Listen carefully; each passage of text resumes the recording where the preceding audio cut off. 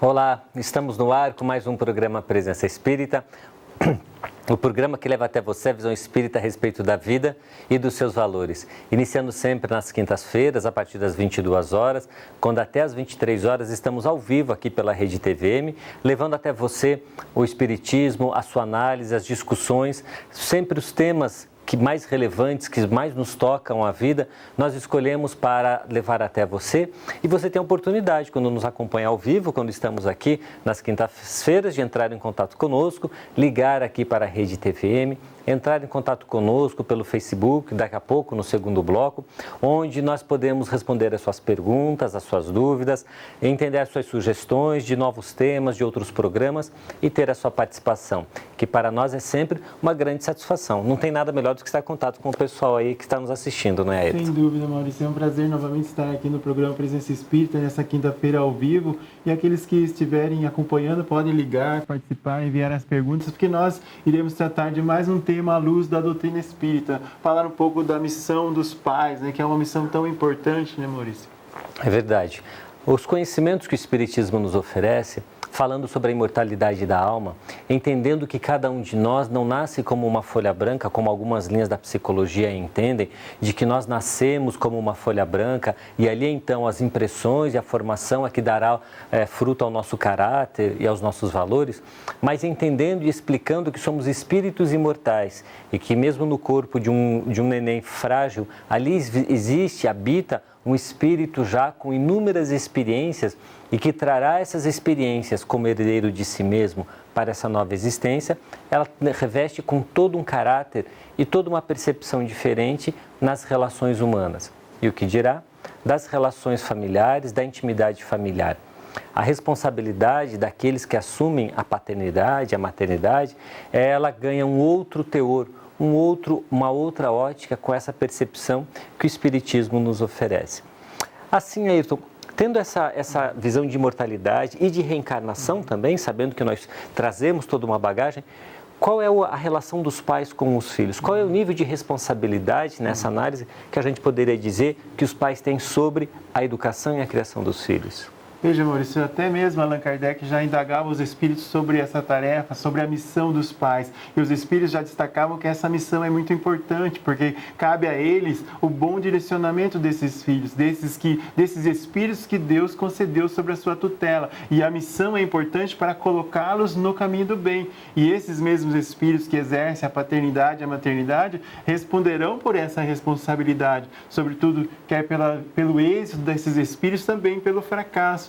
E terão a oportunidade, então, de analisar como executaram essa missão, essa tarefa sublime, sobretudo de colocá-los no bom caminho, no caminho da virtude. Então, esse processo sagrado que você falava, de que Emmanuel fala do colégio familiar, André Luiz fala do lar como um santuário, né, onde é preciso um respeito muito grande, um amor muito grande para que os laços familiares sejam fortalecidos. Porque Emmanuel fala que o colégio familiar tem origem na pátria espiritual, ou seja, há uma programação desde o mundo espiritual para que esses espíritos, sobretudo aqueles espíritos que têm comprometimentos do passado, se reúnam agora pelos laços da consanguinidade e possam novamente reaver, ou seja, se entenderem diante das leis divinas. Mas também, lógico, há as almas fraternas, as almas que já se afinizaram no passado e que agora têm a oportunidade de sublimar essas relações de afeto e de carinho. Mas é preciso entender que no lar, no cotidiano, nós temos sim essas dificuldades de entendimento. E é preciso que nós tenhamos, os pais devem ter uma dedicação extrema nesse fortalecimento da paz, da harmonia. E, sobretudo, do bom direcionamento das crianças, no sentido de observar, como você dizia, Maurício, que esses espíritos já trazem pendores, já trazem tendências do passado, e os pais devem estar muito atentos nisso, porque é preciso desde muito cedo. Então, quando se pergunta, quando começa a educação? Porque a educação desses espíritos começa mesmo na gestação.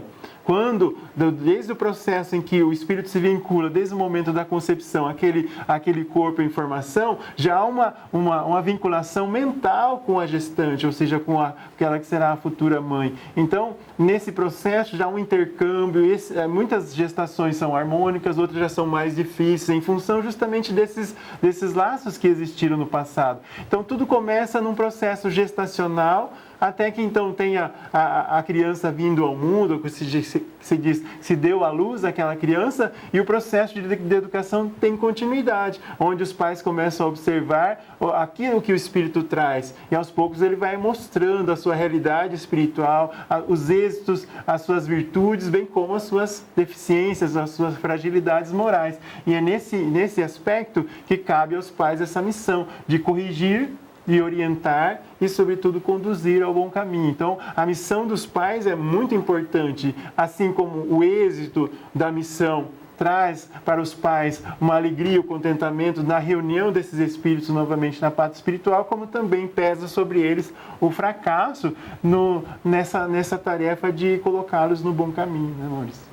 Um outro aspecto que a gente não pode deixar de analisar, quando a gente fala sobre essas relações que assumimos quando da paternidade, da maternidade, que ela transcende muito o laço sanguíneo, porque aqui quando falamos de maternidade e paternidade, são aqueles que assumem no amplo sentido da palavra, que às vezes as relações familiares são diferentes, às vezes a avó, um tio, ou mesmo quando no processo de adoção, quando a relação não é biológica, ou ainda quando nós assumimos a tutela por um viés ou outro, todos esses estão sob a mesma responsabilidade da paternidade e da maternidade. É o educar, é o zelar, é o formar aquele espírito que hoje inicia uma nova reencarnação.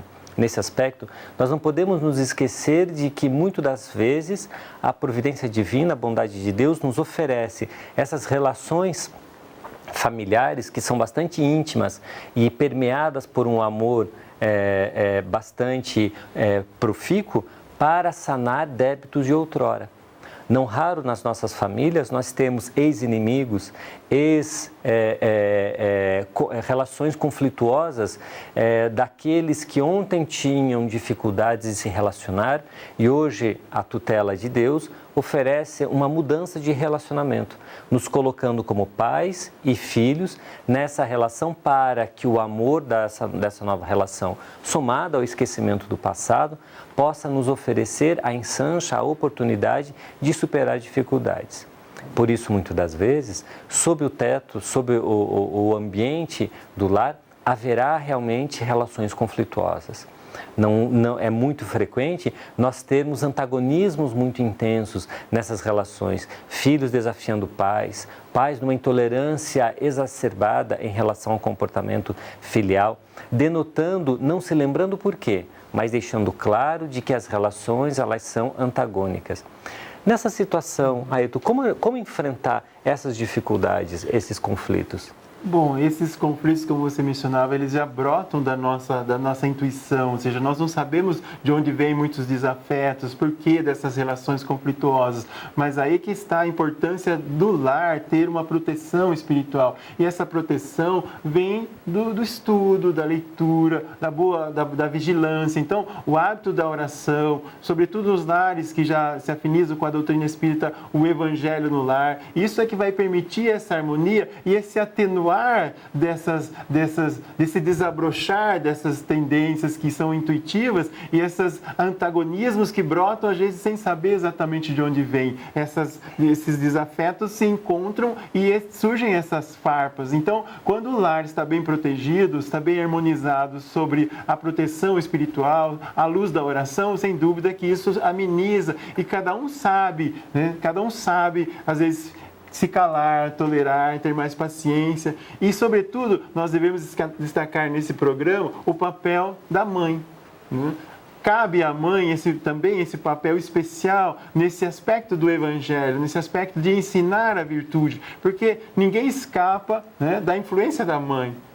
Quer seja essa influência tenha sido positiva, educativa, amorosa, quer seja pelo abandono, pelo esquecimento. Então, nós carregamos essa marca da influência da mãe por toda uma existência. Daí, então, essa importância que se recai sobre a mulher nesse aspecto, né? E muitas vezes sobrecarregada na educação. Né? Porque ela terá sempre aquela possibilidade, a maternidade oferece, né, essa oportunidade de azeitar essas relações conflituosas com o amor, com a tolerância. E se cabe, e se nasce dela, né, se os conflitos nascem da própria mulher, daquela que assume hoje a maternidade, o esforço é sempre de superar as dificuldades. Entendendo essas relações que nascem outrora, muitas das vezes vamos entender o porquê dos conflitos, o porquê da depressão pós-parto, o porquê dessas dificuldades e antagonismos que são naturais. A gente fala assim, não sei porquê, com tal filho é tão fácil, com outro é tão difícil.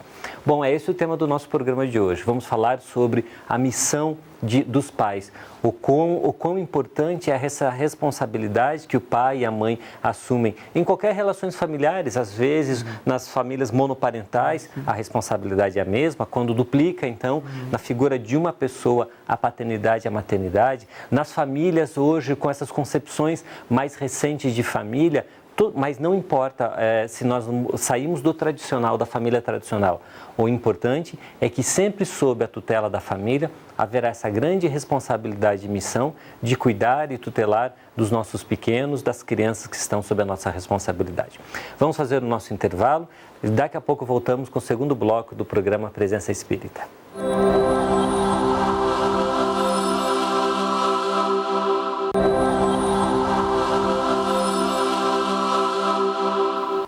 Olá, estamos de volta com o programa Presença Espírita, iniciando o nosso segundo bloco e trazendo para você uma sugestão de leitura.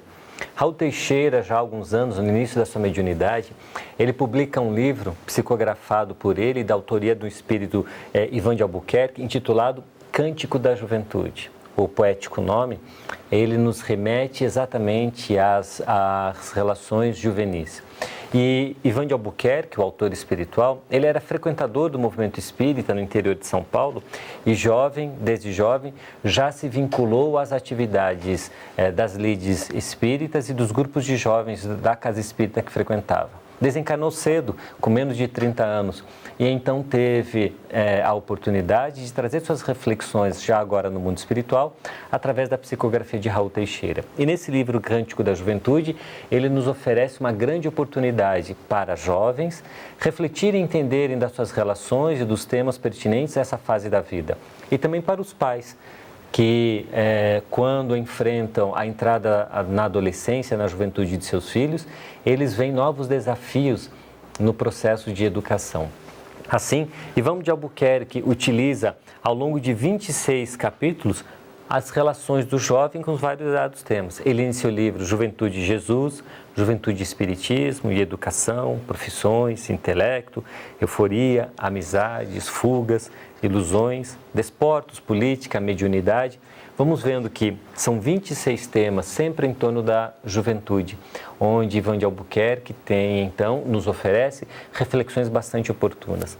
Para aqueles em dúvida sobre aqueles naturais encruzilhadas que enfrentamos no processo educacional, pais e mães frente aos jovens, ao início dessa adolescência, da pré-adolescência, da adolescência, é um excelente roteiro de reflexão, assim como um excelente presente, um excelente livro para oferecermos aos nossos jovens, a fim de que eles tenham material adequado e interessante para que as suas reflexões e para o seu aprendizado, para terem ferramentas positivas para enfrentarem os desafios da vida. Um livro desse sempre nos dá uma grande oportunidade para conduzir de certa forma, né? Porque não tem quem não tenha conflitos na educação de filhos, não é, Ayrton? Sem dúvida. E há muitos livros que são excelentes nesse campo que nós podemos utilizar para o estudo dos temas família, maternidade, educação da sexualidade. Então, são vários aspectos, vários temas que a doutrina espírita trata e que ajuda os pais nessa tarefa. Então, nós temos aí, por exemplo, o livro Nossos Filhos São Espíritos, dando essa dimensão de que são espíritos que retornam ao ninho doméstico para receberem a educação e a orientação Vida Familiar, a Vereda Familiar também, da Lavra de Raul Teixeira. Então, temos vários livros que são muito bons para que os pais possam utilizar. E todos nós precisamos dessa noção de família, compromisso. Mesmo que não sejamos pais ou mães, é importante essa noção do âmbito daqueles espíritos que estão vinculados a nós. Né? E os espíritos amigos, eles percebendo esse desafio que é a educação e que é a vida familiar, eles nos trazem subsídios e reflexões para que a gente possa dar conta desse grande desafio, né, Edson? Exato. E há inúmeras indagações, uma delas é a questão, por exemplo, da sexualidade, né? Por exemplo, da missão do pai ou da mãe. E aí que Allan Kardec indaga aos espíritos é sobre se os espíritos têm sexo, ou seja, e os espíritos respondem que os espíritos não têm sexo como propriamente o entendemos, ou seja, na nossa forma de entender a sexualidade. Então, ou seja, nós como espíritos podemos passar tanto pela missão da paternidade ou mesmo da maternidade. Então, em cada experiência, em cada condição, como ora num corpo, ora no outro, nós ganhamos um tipo de vivência que só a expressão da sexualidade naquela condição é possível. Por exemplo, na maternidade, nós poderíamos desenvolver esse amor incondicional, esse amor que se expressa até ao extremo, né? Ao extremo, como vemos exemplo de muitas mães que se dedicam aos filhos, mesmo em condições extremas, né? Às vezes o pai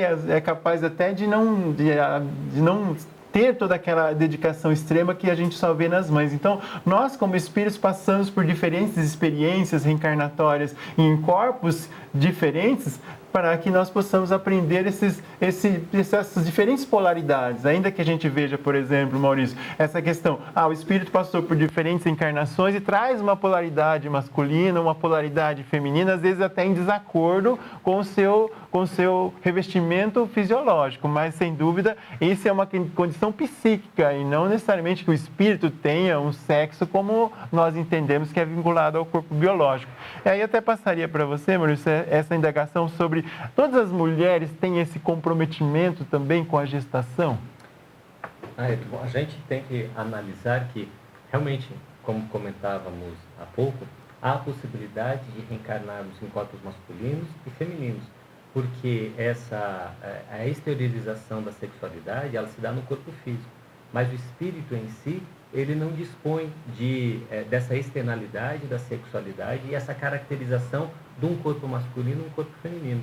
Nós temos psiques masculinas e femininas que elas vão se fundindo à medida que vamos evoluindo e vamos ganhando as competências da masculinidade e as competências da feminilidade. Então, cai por terra qualquer conceito de machismo ou feminismo como se fôssemos homens ou mulheres, mas na verdade estamos nas experiências masculinas e estamos nas experiências femininas. E quando reencarnamos em corpos femininos, quando temos o ensejo, o espírito reencarna num corpo feminino, a oportunidade da maternidade, o grande aprendizado que ela oferece quando a da gestação e da maternidade é desenvolver algumas virtudes típicas da experiência materna. E aí entendemos que não é um privilegiar da mulher, porque todos nós experienciaremos e desenvolveremos dessas virtudes e desses valores. Estaremos na possibilidade e no ensejo de desenvolver, quando na psique, quando reencarnado num corpo feminino, de desenvolver mais intensamente essas oportunidades que a experiência feminina, junto com toda a sua fisiologia, oferece para desenvolvermos a delicadeza, para desenvolvermos o cuidado, para desenvolvermos a percepção pelos detalhes, típico da mente feminina. Que muitas das vezes a gente percebe que não necessariamente num corpo feminino. É verdade. Muitos homens reencarnando no corpo masculino apresentam uma psique feminina, assim como muitas mulheres uma psique masculina, que também não tem nada a ver com a orientação sexual ou coisa assim. Exato. Quando nós falamos efetivamente com a responsabilidade da maternidade, e aí sim no corpo feminino, na gestação, percebemos que a maternidade ela reveste de grave responsabilidade. Ser mãe é um compromisso que assume-se não raro antes de reencarnar. O planejamento familiar se dá muitas das vezes antes de reencarnarmos, e quando a concepção se dá no ventre materno, planejada ou não, fortuita ou intencionalmente, em qualquer dessas situações, a gravidade se dá da mesma forma. O pensar e o planejar, ela se deve dar antes do relacionamento sexual, antes da mãe ou da mulher arvorar-se num relacionamento íntimo com o seu companheiro, o seu parceiro. Ali sim, lhe é lícito e permitido definir o seu planejamento familiar e o desejo ou não de conceber. Mas, uma vez concebido, uma vez o feto sendo gerado, não podemos esquecer que a multiplicação celular, de maneira ordenada, organizada, que finalize e dê cabo efetivamente ao nascimento de um novo ser, ela só ocorre sob a influência psíquica do espírito reencarnante. Assim, efetivamente, da concepção em diante, ali estará alguém envolvido e esperançoso no processo de reencarnação. Liquidar, encerrar, acabar com a reencarnação em qualquer momento, seja na primeira semana, na 12ª, ou qualquer dessas discussões que juridicamente se faz, e no campo médico também se faz, é sempre algo muito criminoso, quando não frustrante para o espírito reencarnante, não é, Edson? Sim, o espírito cria aquela expectativa, porque, sobretudo quando tem esse planejamento, então há uma grande frustração e, sobretudo, depois dos comprometimentos que vão ter consequência para todos aqueles espíritos envolvidos, não só para aquela a gestante, mas também para aqueles que poderiam ter dado o apoio e se negaram a isso, ou quer seja os pais, quer seja o namorado ou o cônjuge que, porventura, não tenha dado o devido apoio. Então, não é só o comprometimento da mulher ou da gestante, mas também de todos os espíritos que ali poderiam ter assistido, apoiado e orientado para que aquela atitude não tivesse sido tomada. Então, é um grave comprometimento perante as leis divinas e, naturalmente, que isso terá outras oportunidades de reajuste, de reparação, mas, sem dúvida, a questão de interromper uma gestação é sempre bastante complicada nas suas consequências perante a lei divina. Mas, uma vez tendo dado à luz, todo o processo de educação deve primar pela orientação sobre essa observação das tendências e do caráter do espírito reencarnado. Porque Emmanuel, respondendo algumas indagações sobre o tema no livro O Consolador, destaca que o período fértil de educação é sobretudo até os 7 anos, onde o espírito ainda está bastante maleável, assim, às boas influências. Naturalmente que a criança vai absorvendo, como observamos, tanto as boas como as más orientações, assimilando vícios e más tendências daqueles que são os seus tutores. Então, esse período, até os 7 anos, é um período extremamente fértil para a boa condução, a orientação no caminho da virtude, e os bons exemplos são os que mais pesam para que haja a boa condução das crianças. Então, passado esse período, Maurício Emmanuel diz que somente depois se atinge a adolescência, uma fase difícil, e vem a maioridade, somente as provas da vida às vezes conseguem fazer com que aquele espírito possa, assim, aprender, despertar para a realidade da vida. Então, esse período inicial do processo educativo é muito importante, porque uma vez perdido isso, a criança começa a mostrar a sua realidade nesse período inicial da adolescência, e aí se torna mais, às vezes, arredia aos conselhos, às orientações. Daí muitos pais terem dificuldade nessa fase, que a gente pode até tratar um pouquinho mais depois, né, Maurício? É isso que eu ia falar. Nós vamos agora para o intervalo, mas esse assunto sobre a importância da educação na infância é tão significativo que vai ser o nosso assunto já no próximo bloco. Já voltamos, até daqui a pouco.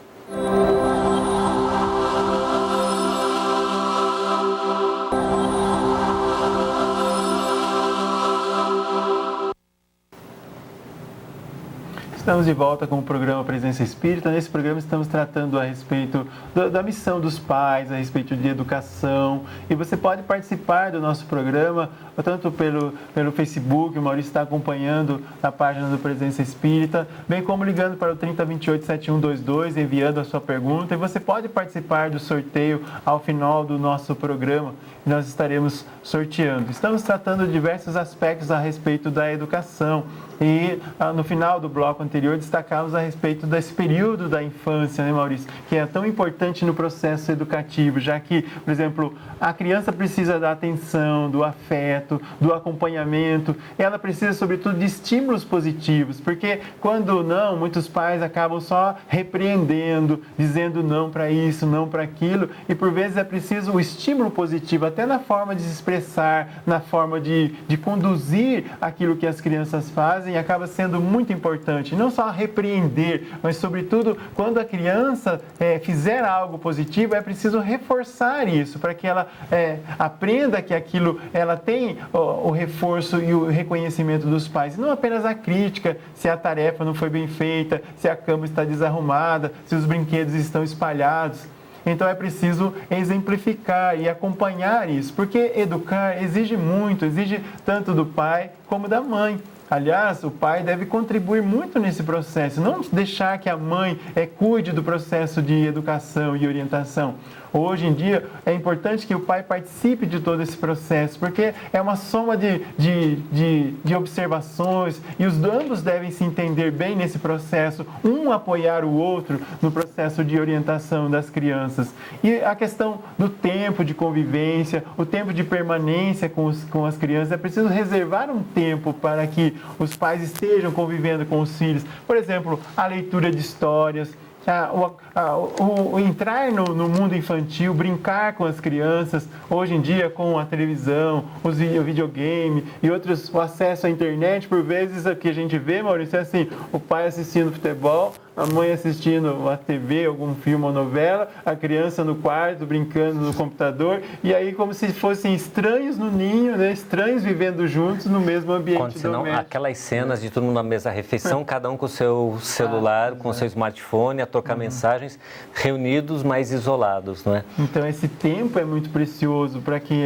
quando se fala educar, orientar, nada substitui a convivência, esse diálogo, o exemplo, né, de ambos, do pai e da mãe.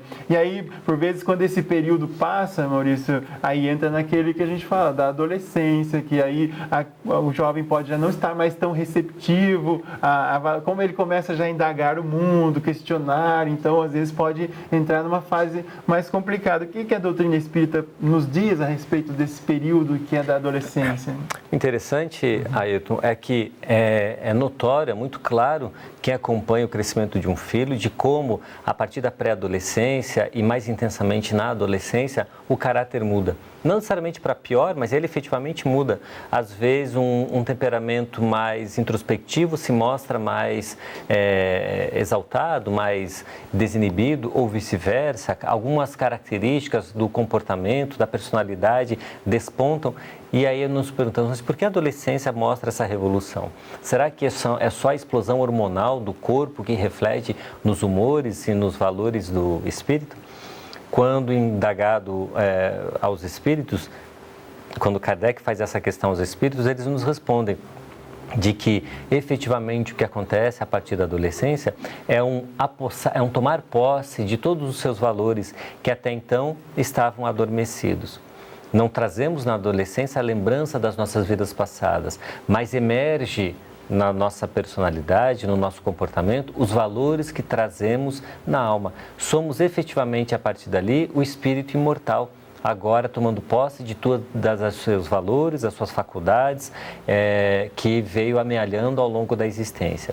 Que somados àquilo que foi semeado no seu coração e na sua mente durante a infância, serão as ferramentas que ele irá trabalhar nessa existência. Então, a partir da adolescência, nós passamos a ser efetivamente quem somos.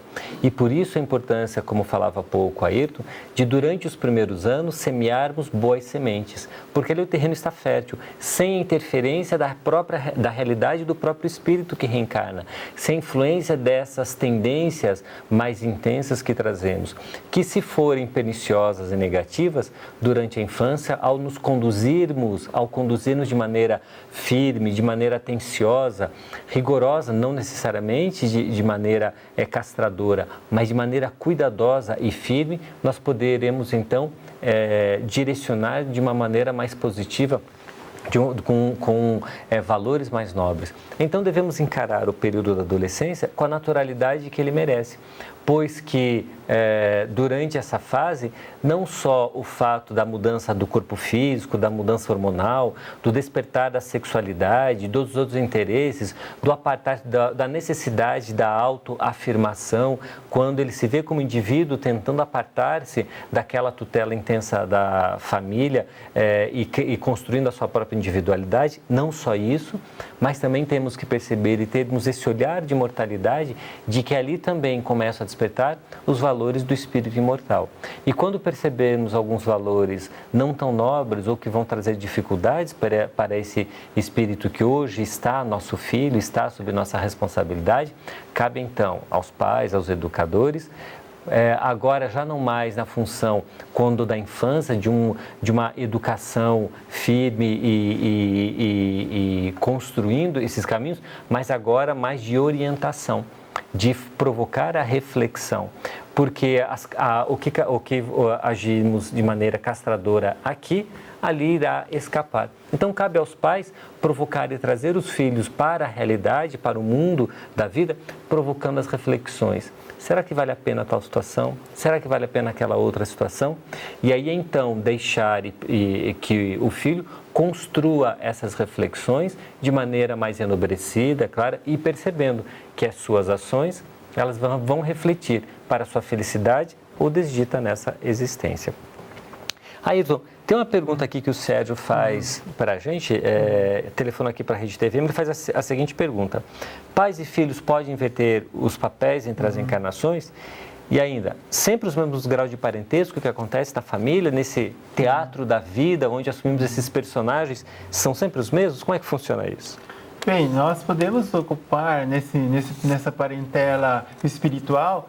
Quando viemos para o mundo, a parentela corporal também pode se modificar. Ora, nós nascemos como filhos, depois podemos ser os pais. Então, esses papéis se invertem. O que se fortalece é a solidariedade, o que fortalece são os laços entre os espíritos. Até porque aqueles espíritos que um dia foram os netos, podem retornar, e como os avós e assim por diante. Então, esses papéis vão se modificando e cada um vai, aos poucos, contribuindo nesse fortalecimento dos laços entre os espíritos.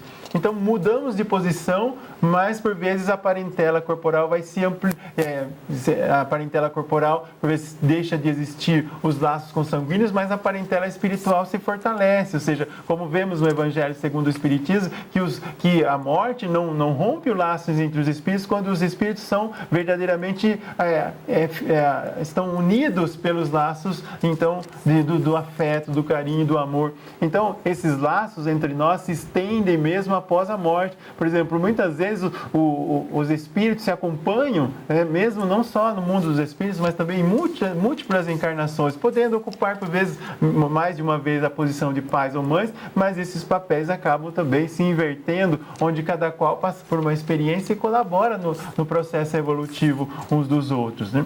Mas eu gostaria de destacar também, Maurício, como você mencionava a questão da educação, acho que muitas vezes a gente fala a respeito da instrução, né? E muitas vezes se preocupa mais assim, com a escola, com os livros, e se esquece por vezes desses valores que precisam ser cultivados no ambiente doméstico para que haja harmonia e entendimento dentro do lar, para que esse período depois da adolescência seja, como se diz, não seja de aborrecência, mas seja um período de adolescência natural que todos nós passamos. Então, é importante educar. Sim, educar com base nos valores do Evangelho, porque senão depois é um período bastante difícil de convivência, né?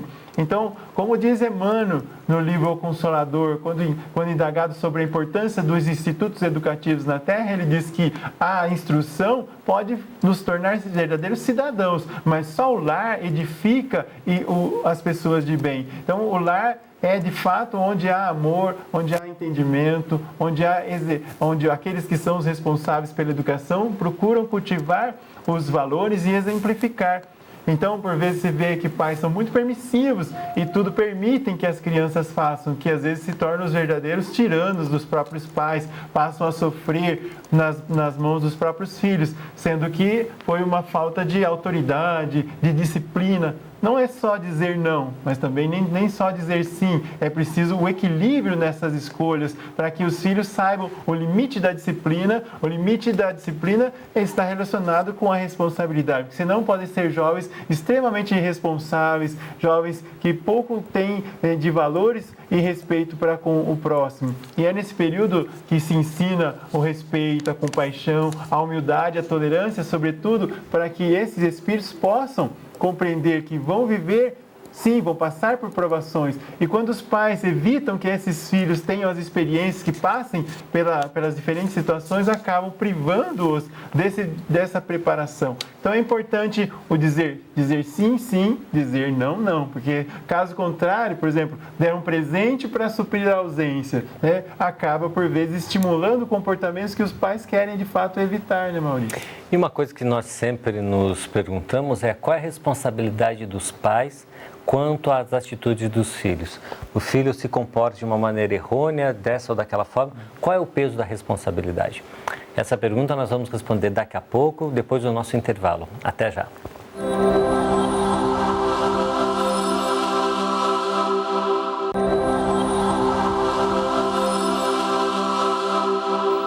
Olá, estamos de volta com o último bloco do programa Presença Espírita. Terminávamos o bloco anterior questionando sobre a responsabilidade dos pais na atuação dos filhos. Muitas das vezes, Ayrton, nós vemos adolescentes, jovens, agindo de maneira irresponsável, inconsequente, prejudicando as relações sociais mesmo. Quanto que os pais respondem por essa atitude dos filhos? Bem, nós somos espíritos, cada qual tem a sua responsabilidade, cada qual tem seus pendores. Então, também, por vezes, há um grande esforço dos pais na educação e nem sempre isso surte efeito, porque o espírito tem a liberdade de escolha, traz tendências que nem sempre são corrigidas, mesmo com todo o empenho e dedicação dos pais. Mas, como vemos na maioria das vezes, acaba sendo mesmo por negligência, por fato de estimular maus comportamentos ou simplesmente ignorar más condutas, ou mesmo até incentivar, né, condutas na escola, conduta perante a sociedade, e acaba, então, essa falta de cultivo desses valores no ambiente doméstico acaba, pois, posteriormente se refletindo na convivência social desses jovens. Então, muitas vezes, boa parte é mesmo negligência. Então, muitas vezes se confunde falta de disciplina com hiperatividade e se quer medicar as crianças que são ditas hiperativas por falta desse... Primeiro, por vezes a criança está gritando por socorro por falta de atenção, por falta de carinho, por falta de estímulos positivos, por falta de afeto. Então, nem sempre é tudo hiperatividade, por vezes é mesmo um abandono psíquico, um abandono mesmo de afeto. Então, e também essa questão do exemplo, porque nada supera o exemplo. Se nós queremos que os filhos sigam um bom caminho, nada mais do que exemplificar, porque a criança e o adolescente mostra o que muitas vezes se depara no ambiente doméstico, como são as relações entre os membros da família, como ela é incentivada, como ela é orientada, e aquilo que os pais fazem, muitas vezes eles acabam por reproduzir no ambiente social, ainda que são espíritos, são livres e tenham a possibilidade de fazer as suas escolhas, mas muitas vezes acabam seguindo mesmo o exemplo dos pais, né, Maurício? E outras questões que permeiam isso, você chegou mais alguma questão aí através do Facebook, não? Você falava sobre a mágoa, ressentimento, né? Temos sim. O Stefano ele faz a seguinte pergunta: se ao desencarnarmos do mundo espírita existe ódio ou mágoa da vida, se nós assim o permitirmos, ela carrega conosco no mundo espiritual e, se não bem resolvida quando da espiritualidade, reencarnamos com essas mágoas em nosso coração. Nós temos que ter em mente que tudo aquilo que nós conseguimos carregar na mente e no coração, ela vai conosco por onde formos. Então, valores nobres ou paixões, dificuldades, sentimentos difíceis, eles nos acompanham. Virtudes, competências intelectuais também nos acompanham. Então, se desencarnar reencarnamos com profundo ódio de alguém, esse ódio nos acompanhará no mundo espiritual. Se não nos resolvermos por solucionar essa relação conflituosa, essa relação difícil, ao reencarnarmos, nos depararemos com esse ex-desafeto. Ao encontrá-lo, os ódios se despertarão. Não saberemos por quê, mas teremos um profundo antagonismo, uma dificuldade com essa pessoa. E quando isso acontece na intimidade do lar, teremos essas dificuldades. O amor cobre a multidão de pecados, como bem nos coloca o apóstolo. Porém, e é por isso que os laços familiares nos ajudam muito em superar. Então, devemos encarar essas relações conflituosas que acontecem em família com naturalidade. Entender que alguns espíritos nós temos maior afinidade e, por isso, algumas relações pais e filhos se dão tranquilas, fáceis, profundas, e outras exigindo de nós muita paciência, muito afeto, muita compreensão, porque é o ontem que nos chega desafiador. Mas enfrentemos isso com alegria, com a oportunidade de quem pode superar as dificuldades do outrora, porque melhor do que enfrentar um desafio, é muito mais positivo ter a chance, não é, de enfrentar um desafio e refazer relacionamentos, do que hoje estar plantando dificuldades e fazendo relacionamentos difíceis, né? Essa é a maior dificuldade que a gente pode ter. Exatamente, e o lar tem esse papel de atenuar isso, né? Porque nós chamamos aquele desafeto de irmão, nós chamamos ele de pai, nós chamamos de mãe. Então, essa convivência, esses laços fazem com que nós passemos a defender com toda a força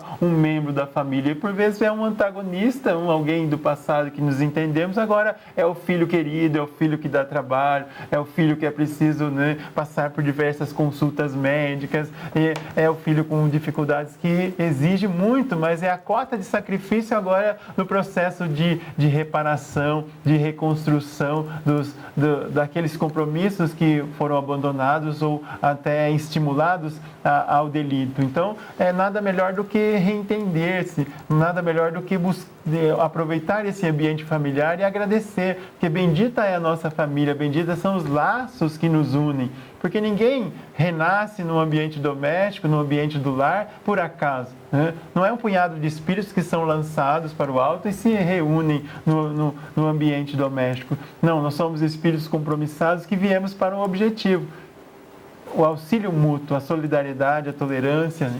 Então, bendita é a nossa família, benditos são os nossos filhos, bendita é a nossa mãe. Então, muitos de nós não temos mais a mãe encarnada no plano terreno, né? Muitos que acompanham o programa hoje, mas nós temos uma gratidão enorme à nossa genitora, aquela que nos deu a oportunidade de reencarnar. E só por isso já bastaria, ainda que não tenham sido espíritos perfeitos, espíritos que tenham, assim, grandes virtudes, mas só essa tarefa da maternidade, do cuidado, de toda a oportunidade que nós temos hoje na encarnação presente, nós devemos muito a esse espírito, à nossa mãe, que nós devemos agradecer sempre nas nossas orações, aqueles que já não têm mais a mãe presente, agradecer nas orações a esse espírito que nos deu a oportunidade de estarmos nesse mundo, aprendendo e vivenciando com os outros membros do ambiente do lar terreno, que ainda nós temos os laços de afinidade.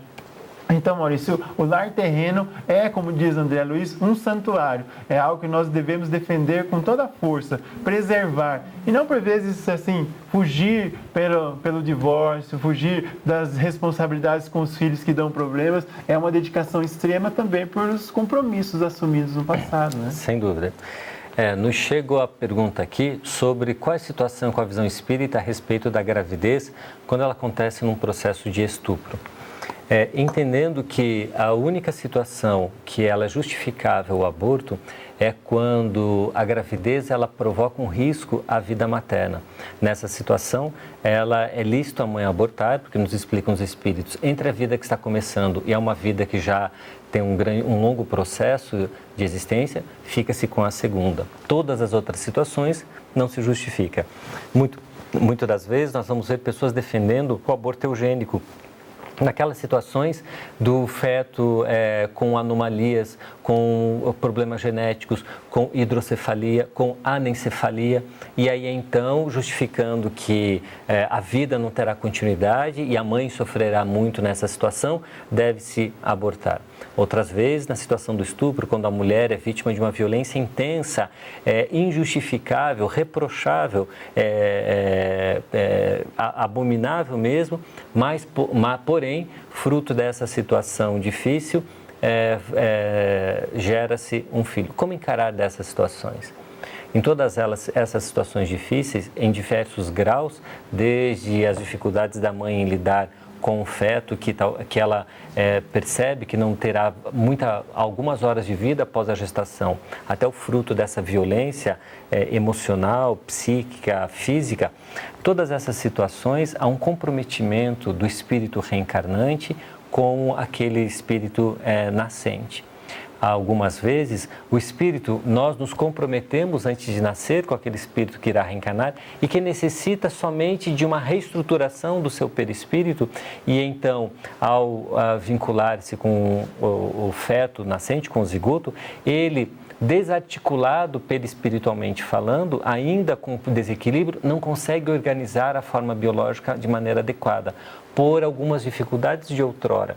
O suicídio que cometeu, os desequilíbrios na vida anterior que cometeu, o mau cuidado do corpo que assim o fez. E então, o pai e a mãe, os espíritos reencarnados, aceitam esta aprovação para contribuir com o espírito reencarnante. Quando não, foram eles mesmos que contribuíram para aquela situação difícil. Então, essas alterações no corpo físico, eles são sempre o reflexo do espírito reencarnante, que necessita se reorganizar nessa experiência um tanto quanto difícil e algumas vezes redentora, ressarcindo-nos a contabilidade, perante a contabilidade divina. Eles necessitam dessa ensancha reencarnatória. E então, abençoados são o pai e a mãe que permitem e que estão nesse processo difícil e doloroso, mas entendendo ser ele muito importante para a vida. Assim como no processo da violência sexual, mesmo quando ela decorre ou tem como consequência uma gravidez, não se deve abortar de maneira nenhuma. Se a mãe não se percebe com estrutura emocional para dar conta, se não consegue superar o seu trauma e sempre verá no filho o fruto de um crime, que ela, ao concluir a gravidez, ao dar à luz, que ela o coloque para adoção se ela não consegue encontrá-lo. Hoje a justiça já permite que a mãe, durante a gravidez, já então abra mão do pátrio poder e já na maternidade, aquele ser reencarnante, ele já é colocado para adoção e a justiça o encaminhará à casa de abrigo para, em sequência, o processo de adoção, mas não assassiná-lo. Jamais suprir ou romper essa esperança, essa oportunidade que quem reencarna se enche tanto dessa oportunidade e dessa esperança. Então, em todas essas situações difíceis, é sempre muito oportuno, é sempre muito importante que nós superemos as nossas dificuldades para bem nos conduzir. Porque, no final das contas, Ayrton, a gente nunca pode esquecer que a bondade de Deus permeia tudo, né? E a justiça de Deus sempre está ali, mesmo nas situações mais antagônicas. Ali tem a bondade e o amor divino, não é? Sim, é uma oportunidade, porque, como dizem os Espíritos, o acaso é o nada, e o nada não existe, ou seja, ninguém passa por provações, dificuldades, sem que aquilo tenha uma razão de ser, ou seja, quer seja vítima da violência de qualquer natureza, ninguém passa por algo que não seja dentro do quadro das suas provações ou do quadro da sua expiação. Então, é o dia que nós compreendermos isso, e o dia que nós tivermos os nossos corações mais amorosos, certamente não haverá aborto, nem mesmo nessas condições. Então, dirá sempre esse sim à vida, sempre a recepção desses espíritos, ou outras famílias virão a se oferecer para cuidar, porque será um mérito ainda maior para esses a adoção. Né? Vemos pais aqueles que assumem a posição dos pais, não dos seus filhos biológicos, mas que que têm esse amor incondicional e às vezes adotam vários outros filhos, né, que têm como filhos do coração e vê-se que são extremamente dedicados, né, que entendem como sendo algo muito meritório para esses espíritos. Eu vou aproveitar essa tua colocação pela pergunta que nos chega aqui. A responsabilidade de quem adota é a mesma do pai biológico, da mãe biológica? Sim, uma vez que ele assumiu aquela responsabilidade, sem dúvida ele assume pelo menos perante a lei e também perante a lei divina, a responsabilidade de cuidar. Porque não é algo assim, bom, adota e depois, como se fala, devolve a criança. Né? Lógico processo que tem um período de adaptação, de verificar, mas é extremamente uma responsabilidade muito grande decidir pela adoção e cuidar daquela criança. Por vezes são espíritos que chegam àqueles outros que assumem a responsabilidade, não pelas vias da paternidade ou da maternidade, mas acabam vindo justamente também para esses reencontros e acertos. Mas também há, sem dúvida, um grande mérito, né? Sobretudo naqueles pais que adotam voluntariamente e cuidam, né? E dão exemplos maravilhosos de ver como os filhos dos outros como se fossem os próprios filhos. Isso é um amor que transcende os laços biológicos, né? Porque muitas das vezes algumas pessoas assumem como obrigação, já que é meu filho, é meu sangue, agora você conseguir transmutar, ultrapassar o laço sanguíneo e amar aquele outro que lhe chega por outras vias. E também está no planejamento reencarnatório isso também, não é? Nada é fortuito e nada por acaso. Exatamente. E traz como uma missão, né? Uma missão, se não tiver os próprios filhos, vai dedicar-se às vezes à criança, vai dedicar-se às vezes a vida toda como um professor atuando ali junto com as crianças. Então, direto ou indiretamente, a vida nos coloca naquelas situações em que nós precisamos aprender a evoluir e a dedicar ao semelhante, né? E dedicar-se à criança é algo extremamente meritório, né? Ao mesmo tempo que resgatamos, construímos um futuro melhor. Uma última pergunta aí, que estamos acabando o nosso tempo. E a mãe que abandona o filho, que abandona a responsabilidade, como é que fica? Bom, ela certamente contrai perante a lei divina um grande compromisso, ou seja, por vezes esses espíritos que vêm ao nosso lar são aqueles que podem nos ajudar no processo evolutivo. Esse abandono é uma postergação dessa oportunidade. Lógico que se esses espíritos não guardarem mágoa, rancor ou ressentimento e forem acolhidos em outros lares, esses espíritos não terão mais que retornar, mas aquela mãe e aquelas pessoas que compactuaram com aquela situação, que às vezes até falta de apoio, certa de assistência, também se comprometerão perante a lei divina e certamente isso, em algum momento, terão que resgatar. Não há um ato sequer perante a lei divina e sendo uma situação como essa, que não tenhamos que um dia ressarcir perante a justiça divina. Bom, estamos chegando ao fim do nosso programa. Falávamos sobre esse grande tema, essa grande responsabilidade que é assumirmos a educação dos nossos filhos, a paternidade, a maternidade. E vamos para o nosso sorteio, Ayrton. O nosso livro é Cântico da Juventude, Raul Teixeira e Ivan de Albuquerque. Tivemos, como sempre, uma grande participação aí. E quem foi sorteada pelo livro foi a Vanessa Alves, que nos contactou pelo Facebook.